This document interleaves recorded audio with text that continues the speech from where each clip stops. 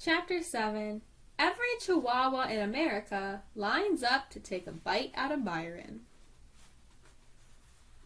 I was sitting at the kitchen table doing homework and watching Mama make dinner when Byron came in through the back door. He was surprised we were there, 'cause as soon as he saw us, he turned around and tried to walk back out. Both me and Mama smelled a rat. "Byron," Mama said, "what have I told you about wearing that hat in the house?" "Oh, yeah, I was just going right back." He pushed the screen door open again. "Wait a minute." Byron was trapped in the doorway, with his right foot in and his left foot out. "Come here." Mama put down the knife she'd been peeling potatoes with and wiped her hands on a dish towel. Byron's inside foot joined his outside one in trying to get away. I'll be back in a minute. They're waiting for me down at..." "Byron, Watson, you take off that hat and get over here right this minute." It was here instead of here. Uh-oh. Byron started walking toward Mama in slow motion, sliding his feet on the linoleum. He pulled off his hat and stood there looking down, like his shoes were all of a sudden real interesting. Byron's head was covered with the blue and white handkerchief. Mama sucked in a ton of air. "What have you done?" We all knew, though. She took a step back and leaned against the counter, like if it wasn't there, she'd have fallen down. "Oh my God, your father will kill you." "He don't have no cause to." "You've gone and done it, haven't you?" Byron kept his head down. "Haven't you?" "Yes!" Byron yelled. Mama reached out and snatched the handkerchief off of Byron's head. Me and Mama both went, "Huh." Byron had gotten a conk, a process, a do, a butter, a ton of trouble. His hair was reddish-brown, straight, stiff, and slick-looking. Parts of it stuck straight up like porcupine stickers, because Mama hadn't been too gentle when she snatched the handkerchief off. He smoothed his hair back in place. "Well," Mama said, "that's it. You are now at your daddy's mercy. You've known all along how we feel about putting those chemicals in your hair to straighten it, but you decided you're a grown man and went and did it anyway." Mama was real hot, but she surprised me. She just shook her head and went back to peeling potatoes. Byron stood there looking at his feet, and I kept pretending I was doing homework. Finally, Mama slammed the knife down and turned around to look at By again. Byron stood perfectly still while Mama walked around him a couple times, taking a better look at his hair. This looked like the Indians circling the wagons again, but this time it was Byron who had to be the white people. Finally, Mama stopped and said, "But before your father gets to you, let me ask you something. What do you think? What do you think now that you've gone and done it? Does it make it look any better? Is it straight..." Mama flicked some more of Byron's hair back up porcupine style. "Is this straight mess more attractive than your own hair? Do those chemicals give you better looking hair than me and your daddy and God gave you?" It was strange. A little laugh was starting to get into Mama's voice. "Huh? What do you think?" "Well, bozo," she said, flicking a piece of By's hair out over his left ear, then another piece out over his right one. "Maybe you were planning on joining the circus, 'cause you sure do look like an honest-to-God clown right now." Mama was right. With big clumps of his hair sticking out to the side of his ears, like that, he really did look like Bozo. I broke out laughing, but Byron shot me a real dirty look, and I stopped and looked back down at my math book. I hated it when things like that happened and my head automatically went down by itself. "Why on earth would you do this, Byron?" "I wanted Mexican-style hair. I don't see nothing wrong with it." When he saw Mama just looking sad and me looking like I wanted to crack up again, Byron got kind of mad and said, "I think it's cool." "Well, Daddy Cool, you enjoy your Mexican-style hair while you can, 'cause I'm sure when your daddy gets through with you, you won't be enjoying too much of anything, and cool is the only thing you won't be feeling. You just slide your cool self right up those stairs to your bedroom and wait for him, Daddy-O." Byron clomped up the stairs. I told Joey about what happened as soon as our next-door neighbor, Mrs. Davidson, brought her home from Sunday school. Me and Joey went up to see Byron. Byron was on the top bunk with his feet dangling over the side and his hands covering his face. I loved times like this, when Byron was about to really get it and couldn't pay me back for teasing him. I started in on him as soon as me and Joey got into the room. "Death row prisoner number 541, you have a visitor." "Please make this a short visit, ma'am. The priest will be here any minute to give the prisoner his last meal and his last cigarette." "Oops, I forgot. No cigarettes for you, 541. You've been banned from ever looking at matches again, haven't you?" Byron was feeling really sad. He didn't say anything to me. He didn't give me a dirty look. That made me a lot braver. When she saw his hair, Joetta's eyes got real big, and her voice got all choky. "Byron Watson, what were you thinking about? Look at your head. Daddy's gonna kill you. Come down from there. Let's go to the bathroom and wash that stuff out of your hair before Daddy gets here." Byron raised his slicked down head from his hands. "Go away, Joey." "Come on, Byron. We gotta wash your hair till that junk comes out. Hurry." Joetta pulled on Byron's dangling legs. "Stop, Joey," he finally said. "This don't wash out. It's gotta grow out." "You mean you have to keep it like that until it comes back normal?" "Yeah," Byron said, kind of smiling. "You can't do nothing to it till it grows back." "Oh no, Daddy's gonna tear you up." I said, "That's right, ma'am. 541 is just waiting for the executioner to get home. Would you like to stick around and write down his last words?" Joey turned and snapped, "Why is this so funny to you, Kenny?" Her eyes looked real mean. "Who knows what Daddy's gonna do to him?" Byron's hands came back up to cover his face. I said to Joey, "Why are you yelling at me? It wasn't me who went and got a butter, and no one forced him to do it either." It makes me sick the way she's always protecting Byron. She turned back to him. "Who did this to you, By?" She didn't have to ask. There was only one other 14-year-old in the neighborhood who had a conch. I answered for him. It was Buffhead. "Why'd you let him, By?" "I told you to go away, Joey." "No, Byron, why'd you let him do this?" "'Cause I wanted to, that's why." "But didn't you know Mommy and Daddy would find out?" "Shoot, you think I care what them squares say?" I said, "And there you have it, ma'am. The reason 541 must die? He won't confess his guilt." Byron looked at me for the first time, and I started easing toward the door. He said, "You think I don't know what you're doing, punk? You think I don't know you're loving all this mess? But I've been expecting this. This is just like that show I seen about wolves. They said that the top dog wolf is always getting challenged by jive little wolves. They said the top dog wolf can't show no weakness at all.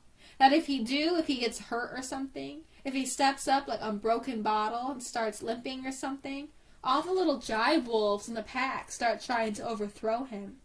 That's what's happening right now. You think I'm hurt, and you and every other punk chihuahua in America is climbing out of the woodwork to try and get a bite out of me.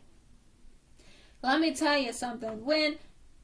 We all heard the squeal of a car's brakes outside. Joey and I ran over to the bedroom window that looked out onto the street. The brown bomber had just parked in front of the house. Joey started blubbering. Byron's legs dangled faster and faster. Dad got out of the brown bomber. I pretended I was holding a bugle and started playing that "Day is Done" song they play at funerals. Byron, why won't you behave? Why won't you think about what's going to happen to you when you do something wrong? Why do you always do stuff to get people mad at you? Joey asked. Why don't you make a break for it, 541? I asked. We listened to the noises of Dad coming home from work, the clunk-clunk of his boots coming off and being dropped in the closet by the front door, the whoosh his chair made when he sat in it, Dad saying, "Whew, it sure is good to be home," the second whoosh of the chair when Mama sat in his lap, the sound of kisses and giggles and laughs. The words we'd waited for from Dad. So, what's new on the home front, Mrs. Watson? Oh, not much. There is a surprise that one of your little darlings has for you, though. Good or bad? Well, I guess that depends on your point of view. Let me guess. Which one of the crumb crushers is going to surprise Big Daddy today? Your first one. Oh, Lord, what'd he do? How serious this time? It can't be too bad. You seem pretty calm. Well, let's just say I'm numb. That bad? Well, it depends. If you were happy with your son the way he was, this might be pretty bad. However, if you've always wanted a child from the south of the border, you might be happy with the new young Mr. Watson. Okay, what's up? Let me put it this way. Do you remember the line Big Daddy used to give every girl at Central High School? Can't say I do. It goes like this. I can show you better than I can tell you. Ring any bells? Oh yeah, and that does seem kind of familiar. Well, now's as good a time as any. Show me. All right, you asked for it. Byron, dear, could you please come down here for a minute? Mama didn't even raise her voice. She knew we'd been listening to everything they were saying. Byron took a deep breath, then jumped off the top bunk and started down the stairs. I followed right behind him, pretending I was a reporter. I shoved an imaginary microphone in his face. Any famous last words, 541? Anything to say to all the little chihuahuas before they start coming out of the woodwork? Do you think the governor might call before they pull the switch? You're going to come clean and tell what led you down the road to crime? I figured he didn't have anything to lose, so when we got halfway down the steps, he popped me square in the ear. Hard. Getting hit when you're not expecting it can really shake you up. My legs started wobbling like my knees were made of jello. My eyes started leaking water. My nose started running. I tried to go tell him bye, but all I could do was sit on the next to last step and hold my ear as tears jumped out of my eyes. My throat wouldn't quit jerking up and down and making weird noises. Joey sat on the steps next to me, with tears jumping out of her eyes, too. When Byron walked into the living room, Mama said, "Mr. Watson, I'd like to introduce you to your long-lost son from Mexico City, Senor Byroncito Watson."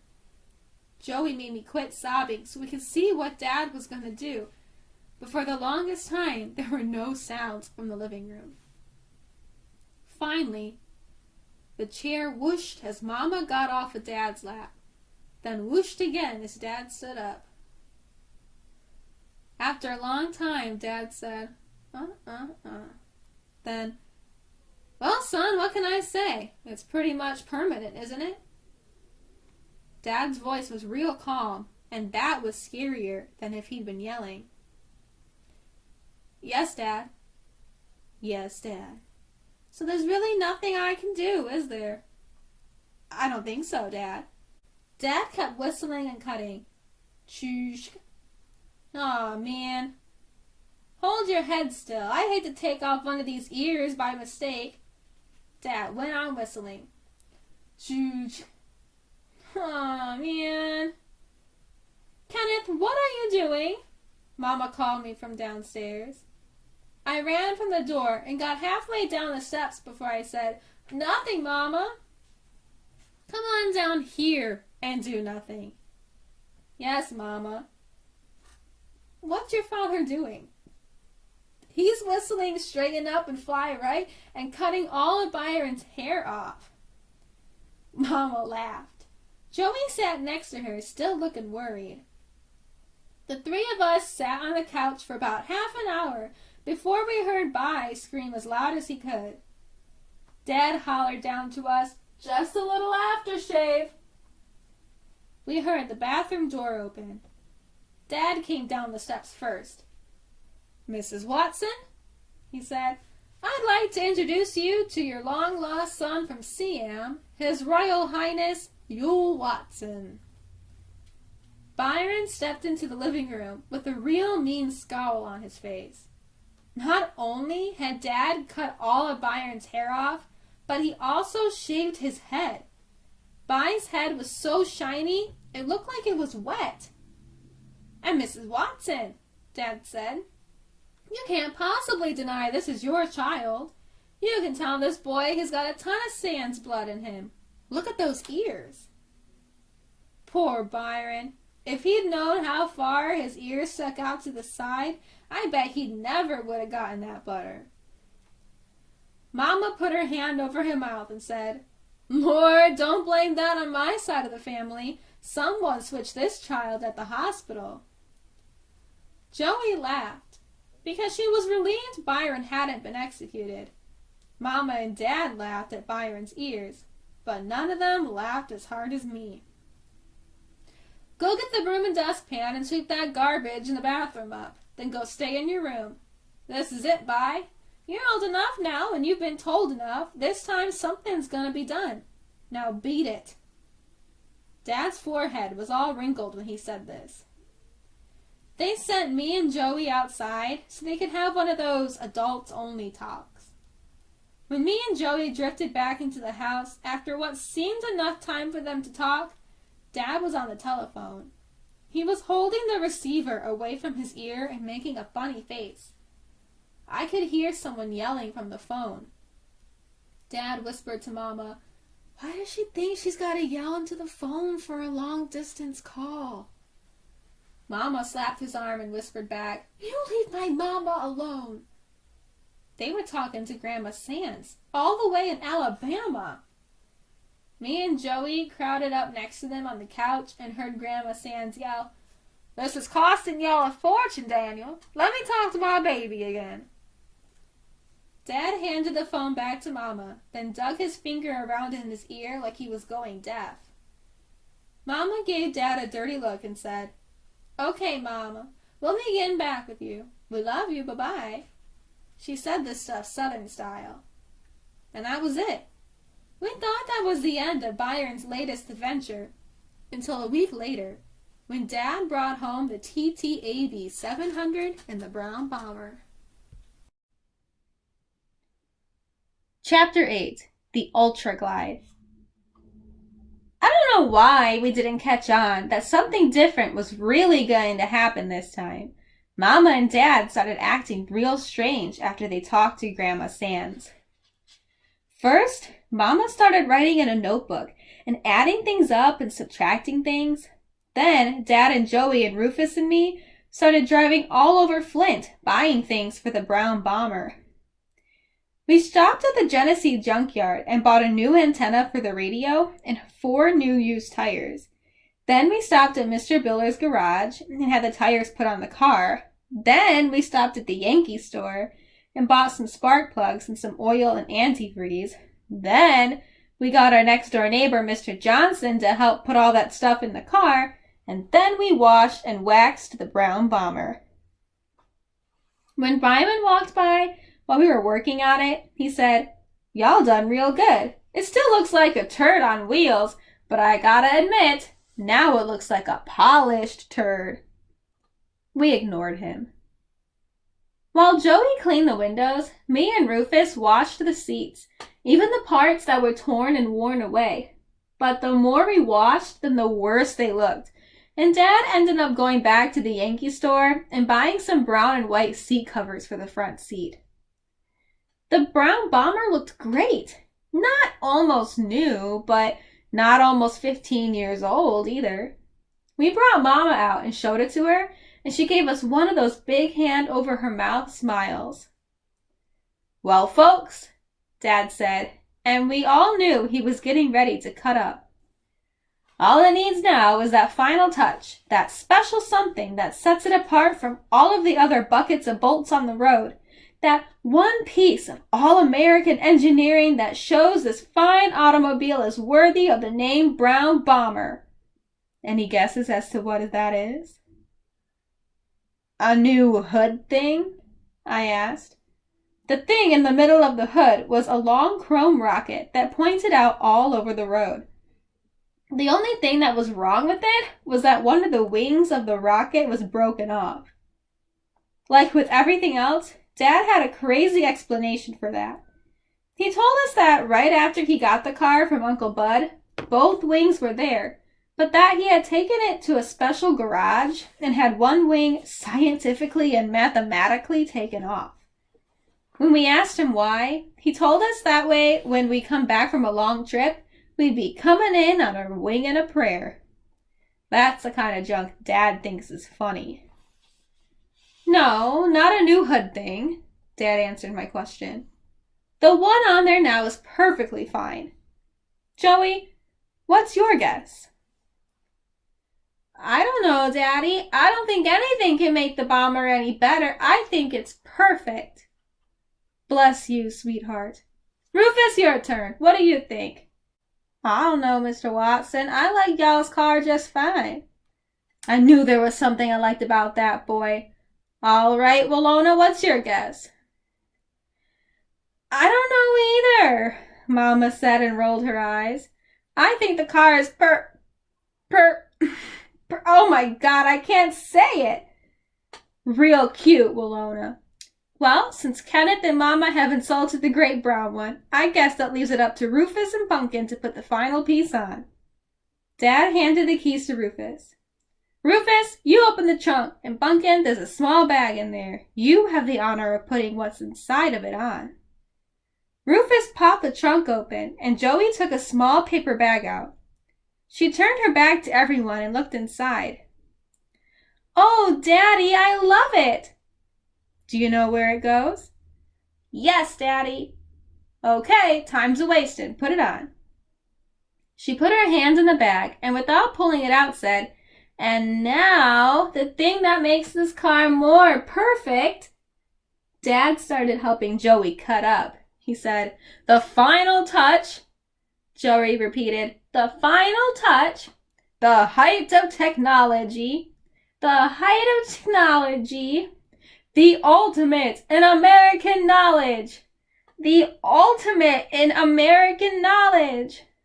Mama couldn't take any more. "For God's sake, Daniel, what is it?" "It's the pinnacle of Western civilization." "It's the pinnacle of Western civilization." "Now, Joey, dazzle 'em, girl." Joey pulled her hand out of the bag and said, "It's a smelly green pine tree." Mama went, "Ugh," and walked back into the house. Joey hung the smelly green pine tree from the rear view mirror and scooted out of the car to let me and Rufus smell her fingers. But Dad wasn't through adding things to the brown bomber. On Sunday morning, Joey and me got up real early to watch cartoons, and Dad was already up brushing his teeth and shaving. I went into the bathroom to watch him. I love the way that shaving soap smells. "Hi, Dad." "Morning, Kenny. How'd you sleep?" Dad said this with his toothbrush in his mouth. "Okay, I guess." Then Dad pulled one of his famous tricks on me. He said, "Kenny, look!" and pointed out in the hallway. Even before I could think, my head turned around and I followed Dad's finger. When I saw nothing and looked back, Dad was smiling a mile a minute, acting like he hadn't done anything, but I noticed that his toothbrush was gone.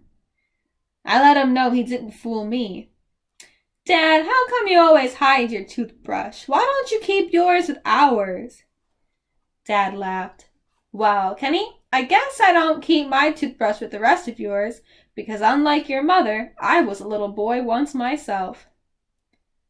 I thought about this for a second, then said, What does that mean? Dad picked up my toothbrush and said, Look at this. Not only is this instrument perfect for brushing teeth, it has other wonderful uses too. You see, Kenny, I know that in a little boy's eyes there isn't anything in the world that's better for general cleaning than a toothbrush. And the greatest thing about it is that with a good rinse afterward, no one could tell what it was used for.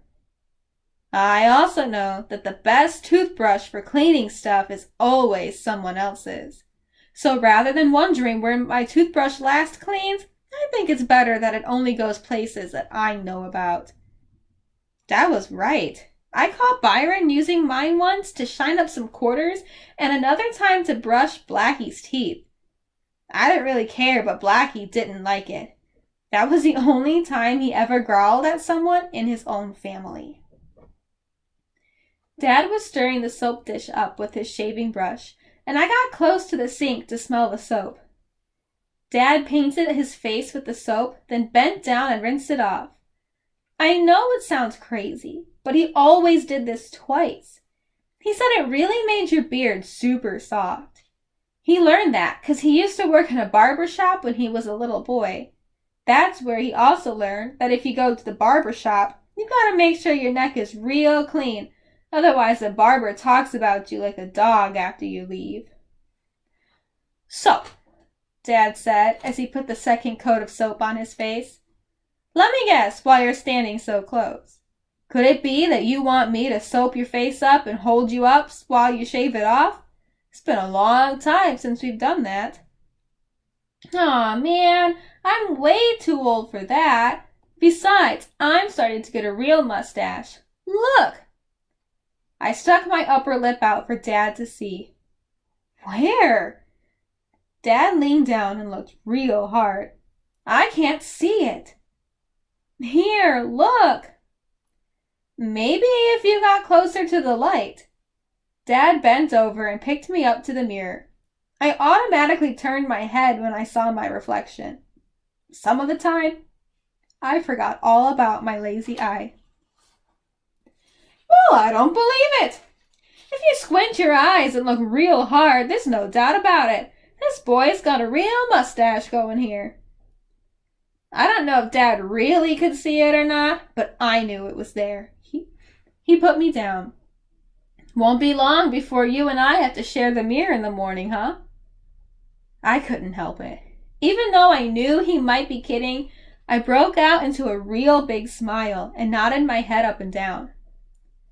Dad started shaving. Well, just so there's no problems, I've got seniority on you, so I get the bathroom first. Deal? Deal! When Dad finished, he asked me, You too old for a little Old Spice? He slapped the cologne on me and said, I don't want your mother to know I put this aftershave on you. What with you smelling so good and this new mustache coming out, I don't want her blaming me when all these little girls start attacking you. I twisted my face up. We walked into the living room to watch cartoons, but when we got there, Dad kept going and said, If your mother gets up before I'm back, just tell her I won't be long. Where are you going, Daddy? Joey asked. Dad gave his famous answer, out, and closed the door behind him. Dad missed Felix the Cat, Soupy Sales, Beanie and Cecil, the Ray Dean Show, and Betty Boop. He missed Mama getting up and Byron getting up. When he finally got back, we were all sitting on the couch watching the worst cartoon ever made, Clutch Cargo. Dad walked in and turned the TV off. Dad! Sorry, kids, everybody's got to come outside right now. You too, Daddy-O, and you too, Alona. I've got a surprise. Dad made us stop at the front door and get in a line, one behind the other. Mama first, then Byron, then me, then Joey. Except for bald-headed Bi, we were all laughing and wondering what Dad's surprise was when he opened the door. Following Dad, we walked down the front porch steps and stood on the sidewalk like a little parade. I bet the neighbors wondered what the weird Watsons were doing this time. All right, Dad said. When I say it, I want everybody to close their eyes. And I'm warning you, anyone who looks before I tell you to is going to get it. My eyes, of course, would be sealed. If a bomb exploded under me, I'd be standing in the hole with my eyes sealed. Even if my head got blown off, they'd have to say, here's that kid's head, and yup, his eyes are locked tight as a safe. Byron said I was stupid for listening to everything that Mama and Dad said, but if I was so stupid, why was he the one who had a great big, bald, shiny, knotted up head? Dad said, okay, now hold the person in front of you by the shoulders. Willona, you hold on to mine. This is only going to take a minute. He said that last part because Mama rolled her eyes and was real close to stopping everything by turning around and going back into the house. All right, close them. Mama gave him her last straw look and closed her eyes, and then so did we. Dad shuffled us ahead a little bit, and we all stopped. It was real hard not to peek. Okay, keep 'em shut. I'm not playing. I heard a car door open, heard a loud pop, then heard Byron say, aw, man. Me and Joey cracked up. We knew a certain person had peeked and got popped, right smack jab on the bald head. Finally, Dad said, that's it. Open your eyes. What do you think? Dad had opened the driver's side of the brown bomber and was standing with one arm pointing the way inside. In the middle of the dashboard to the right of the steering wheel, something real big was sticking out. Dad had taken one of our giant towels and set it over the thing. Everybody stood there staring. Finally, Mama said, Daniel, what on earth is that towel doing in there? The towel is fine, Willona. Aren't you wondering what's underneath it? Yeah, Dad, what is that thing? I asked.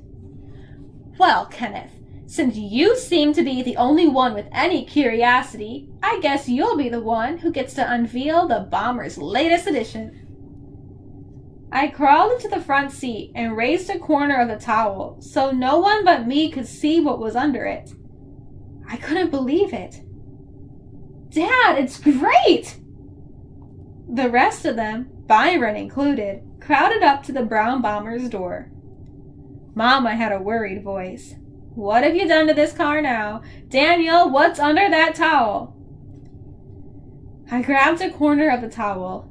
Ladies and gentlemen, Byron interrupted me when he saw I was going to tease them. He said, "Aw, man, just pull the blanket towel off so I can get out of here. I ain't got all day to listen to your mess." He was always in a hurry to get out of someplace, but never had anywhere else to go. Byron, how many times have I told you about saying ain't? And Kenneth, you stop playing and move that towel this minute, Mama said. I talked real fast, before Mama could get any madder.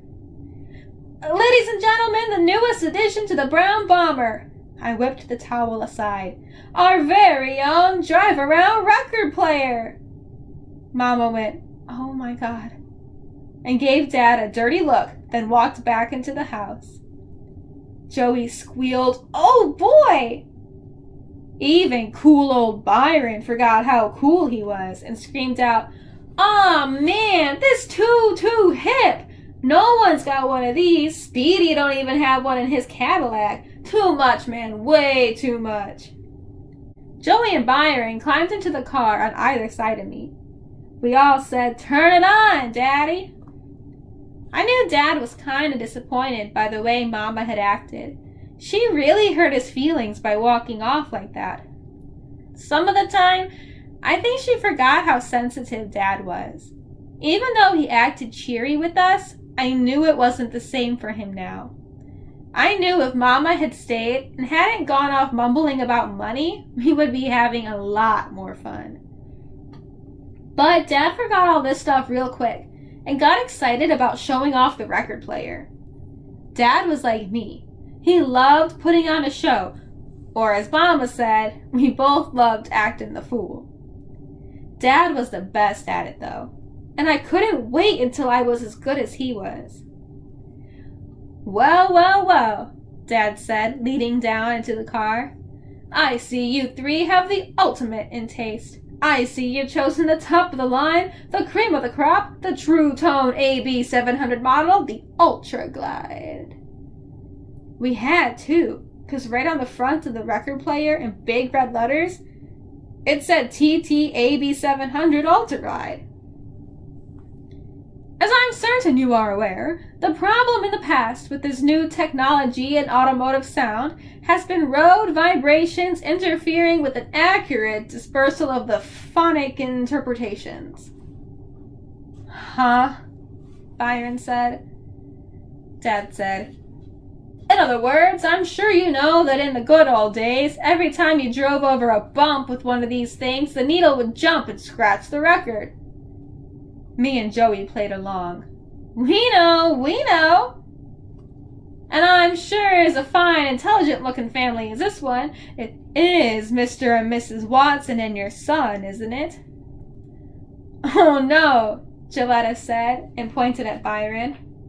This isn't our son. This is just a little juvenile delinquent boy that we feel sorry for and let follow us around some of the time.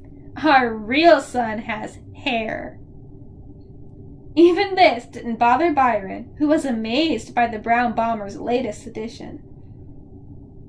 Dad kept imitating the guy who sold him the record player.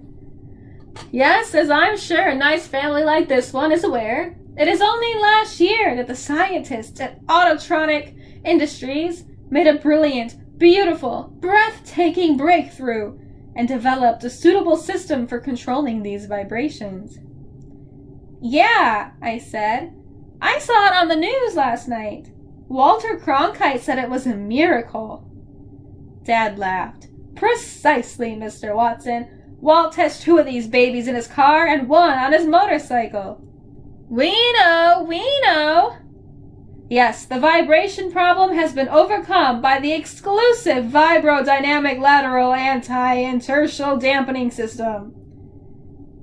Dad had memorized that word, because right on the arm of the record player, it said VDLAI dampening patented. Come on, Daddy, turn it on. Stop teasing. Now, Mrs. Watson. Be patient and tell that little delinquent that follows you around that if he touches one more knob on the record player, I'm going to pull his fingers off. Byron mumbled and sat back in the seat. Before I dazzle you with the symphonic sound of this unit, let me point out some of its less appreciated features. Oh, please do. Aw, man, just turn this blanked thing on. If I gotta listen to all this jive, I'm going to go in the house and get some real cool sounds. Byron opened the passenger door and ran into the house. Now, Mr. and Mrs. Watson, I'd like to direct your attention to the rear of your classic automobile. Me and Joey crawled up on the back seat and looked at the back window. On the rear shelf, a hole had been cut and was covered with the same stuff that's on the screen door. I can see you're wondering what that is. Well, let me explain. What we have here is, believe it or not, a second speaker. And I can tell by that intelligent look on your face, Mrs. Watson, that you have grasped that the speaker is not placed in the rear deck haphazardly. No, ma'am. Some people think we just have a hole hacked back there by any old mechanic, but nothing could be further from the truth. That opening is scientifically and mathematically positioned by a factory-trained technician to enhance the TTAB 700's true high-fidelity sound. Wow. Byron exploded through the front door with an armful of 45s and Mama right on his tail. Byron Watson, don't you stomp on those stairs like that, and don't you slam that screen door. She trailed Byron all the way to the car, fussing at him the whole way. I knew she was using Byron as an excuse to come back out and see what was going on. I guess all the laughing and fun we were having made her want to join in. Now that she was back, Dad started really cutting up. Well, well, well, Mrs. Watson, Dad said, but not to Mama, to Joey. I see your beautiful young daughter has decided to join us, and not a moment too soon, either. Why don't you scoot over a bit and let her in? Joey loved this chance to pretend she was Mama's mom. She patted the seat next to her and said, Come on in, honey, this is really cool. Mama slid in under the steering wheel with a halfway smile on her face. Wonderful, wonderful, Dad said. Byron lifted the record that was already on the turntable and started putting one of his own cool songs on. Put it back, son, you'll get your turn. First we have a special request from a certain young lady to a certain handsome young man. If you excuse me, ma'am, I'm just going to reach over here and get this show on the road. Dad reached over past Mama to start the car, but on the way, his hand kind of accidentally on purpose brushed her chest. Boy, did they think we were blind. Even though Dad thought he was being slick, everybody saw this. Mama puckered up her lips to squeeze down a smile and crossed her arms over her chests. Joetta giggled, and me and Byron scrunched our faces up. Mama did a fakety little slap at his hand and smiled. Dad turned the key, and the brown bomber fired up. Okay, young lady, here's that special number you requested. Dad couldn't help himself and started imitating a disc jockey. Here's the man with the patter, here to split the platter. Why, it doesn't matter, 'cause the world is getting faster. I'm the man with the tune, I'll take you to the moon. That'll make your poor heart swoon, I'll hold you like a spoon. I'm the man with the jive. Byron chirped up. Ain't that the whole natural truth? But Dad didn't miss a beat. Put your love thing in drive, bring your little world alive. Mama slapped the car seat. Daniel, start that record. All right. Dad stopped his rhyming, not because Mama told him to, but because I bet he ran out of stupid poems. But first, let me tell all you people out there in a radio land that this number was requested by a Miss Wellona Sands for the wonderful, wonderful man in her life, the big daddy of love, Daniel Watson. We have Flint's only soul say some WAMM. Dedicate this song to Daniel from Wellona. Spin it, maestro! Dad reached over past Mama to start the record player. Joey grabbed my arm with one hand and squealed into her other one. Byron was grinning like a giant bald-headed kindergarten baby. Mama still had her arms crossed, but was starting to smile. She brought one hand up to cover her mouth. My foot was tapping on the brown bomber's floor a mile a minute, and I couldn't make it stop no matter what I did. I guess I was grinning pretty hard, too. Dad's hand touched a knob that had "Start" written on it, but before he turned it, he pulled his hand back and said, First, however, we all screamed, Daddy! Aw, man! Come on, Dad! Daniel! But Dad wasn't through yet, and you couldn't rush him. In fact, the more you'd complain, the longer he'd take. He put his hand up to stop the noise. But first, we at WAMM want to apologize to the 9 other women who called in requesting love songs to be dedicated to Daniel Watson. If they stay tuned, we'll play their songs later in the evening. Mama said, That's it, and started climbing out of the car. It was a fun that's it, though, not a serious one.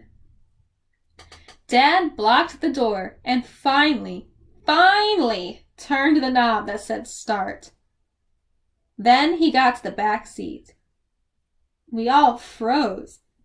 Even the brown bombers seemed to get quieter as the VDLAI arm from the record player lifted itself and moved toward the 45 that was on the turntable. The arm dropped and a hollow little boom bounced around in the car. A moment of silence and then... And then the most beautiful notes of music I'd ever heard came from the front of the car and the back of the car at the same time.